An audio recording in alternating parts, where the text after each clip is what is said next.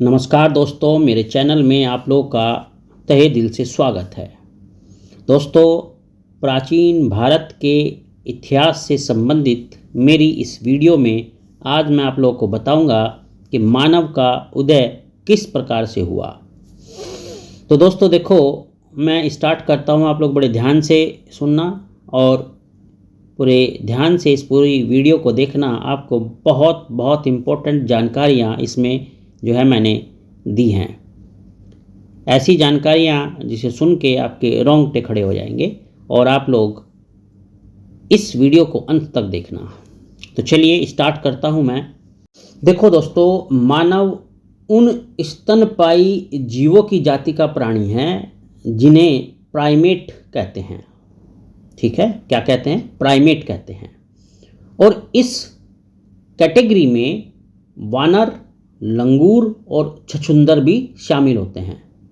वानर, लंगूर और छछूंदर भी इसी कैटेगरी में आते हैं। मानव का उद विकास वानर से माना जाता है। ध्यान देना इन बातों पे मेरी, कि मानव का जो उद विकास है वो कहाँ से माना जाता है? वानर से माना जाता है।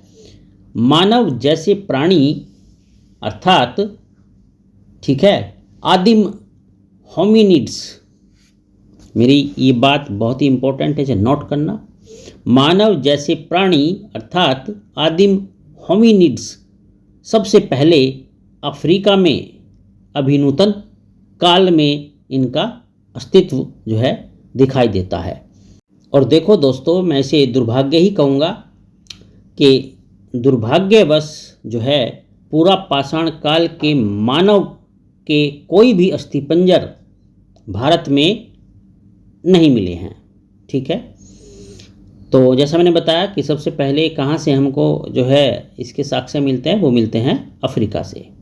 ये इम्पोर्टेंट पॉइंट है जो नोट करने लायक है।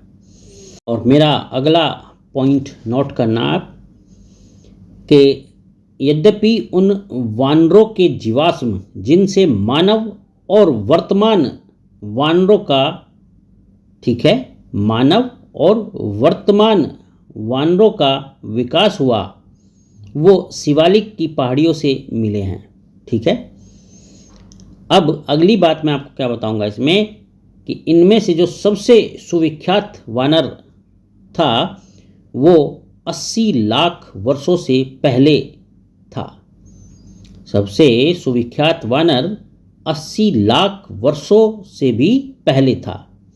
और इसे जो ये 80 लाख वर्षों से पहले की मैं बात कर रहा हूँ सुविख्यात वानर की, उसका जो नाम दिया गया, उसका नाम क्या दिया गया है? रामापिथिकस। रामापिथिकस, तो इसको रामापिथिकस का नाम दिया गया है।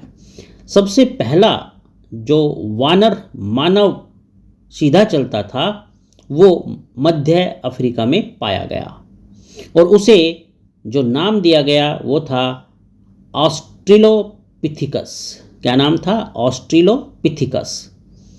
और इसकी एक उपजाति, ठीक है, इसकी जो एक उपजाति थी जिसको बोलते थे जिंजनथ्रोपस। क्या बोलते थे? जिंजनथ्रोपस।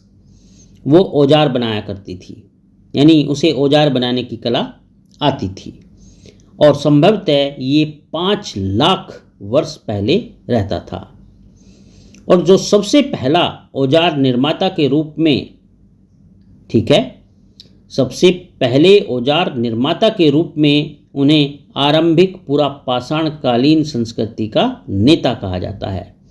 और वे अन्य पशुओं की तरह नंगे और बाहर खुले में रहते थे और बेर, गिरिधर, फल, कंदमूल, कीड़े मकोड़े खाते थे। एशिया में जावा से एक ऐसे होमिनिड यानी आदि मानव की हड्डियां मिली है जो सीधा होकर चल सकता था और इसीलिए उसे जो है पिथिक्रंथोपस इरेक्टस या होमो इरेक्टस कहा गया है। क्या नाम बताया मैंने? पिथिक्रंथोपस इरेक्टस या होमो इरेक्टस कहा गया है। और यह जावा मानव के नाम से भी प्रसिद्ध है। अब अगली बात मेरी जो है वो आप ध्यान देना, कि अनेक वर्षों बाद इसी प्रकार के जीवों के 40 जीवाश्म पिकिंग के निकट एक गुफा से प्राप्त हुए। पिकिंग मानव या सिनेंथ्रोपस नाम से जाना जाता है। जो ये पिकिंग के जीवाश्म जो है मिले, इस पिकिंग मानव को सिनेंथ्रोपस के नाम से भी जाना जाता है और यह आदि मानव आग जलाना जानता था। अब अगली बात मेरी नोट करना आप लोग कि चीन पर जापान के आक्रमण के दौरान सिनेंथ्रोपस के अस्थि पंजर और अवशेष या तो खो गए या फिर वे चोरी हो गए थे। ठीक है दोस्तों, तो ये थी मेरी मानव के उदय से संबंधित कुछ जानकारियाँ। अपने दूसरे पार्ट में मैं जो है मानव उदय से संबंधित कुछ और इम्पोर्टेंट जानकारियाँ आपको दूंगा। आप जुड़े रहना और इन वीडियो को जरूर जो है ध्यान से सुनते रहना और देखते रहना। तो चलिए, आपका दिन शुभ हो। आपका बहुत बहुत धन्यवाद।